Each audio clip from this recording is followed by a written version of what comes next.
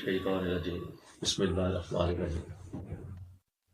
میں کیسے چپ رہوں کے ساتھ ڈاکٹر ظفر جاذب پنجاب میڈیا کے پلیٹ فارم سے حاضر خدمت ہے۔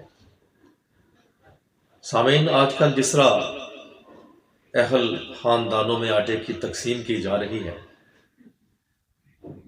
بظاہر بڑا خوش آئند اور اچھا عمل ہے، لیکن جس طریقے سے اس کی تقسیم کی جا رہی ہے، جس طریقے سے یہ آٹا لوگوں تک پہنچایا جا رہا ہے، وہ انتہائی افسوسناک اور بےہودگی پہ مشتمل ہے۔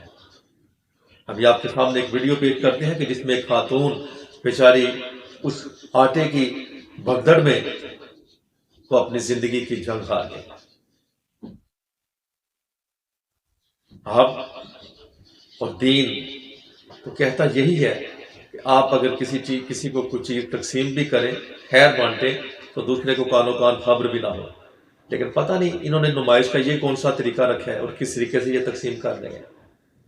اول یہ بھی ہو رہا ہے کہ بہت سارے خاندانوں کو آٹا مل ہی نہیں رہا۔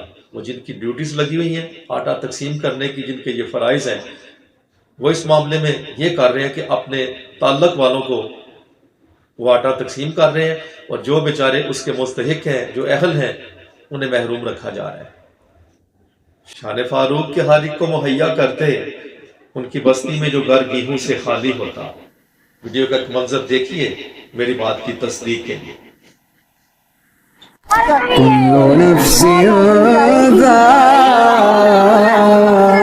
ذائقة الموت ثم إلينا ترجعون الذين آمنوا وعملوا الصالحات لنبوئنهم من الجنة غرفا۔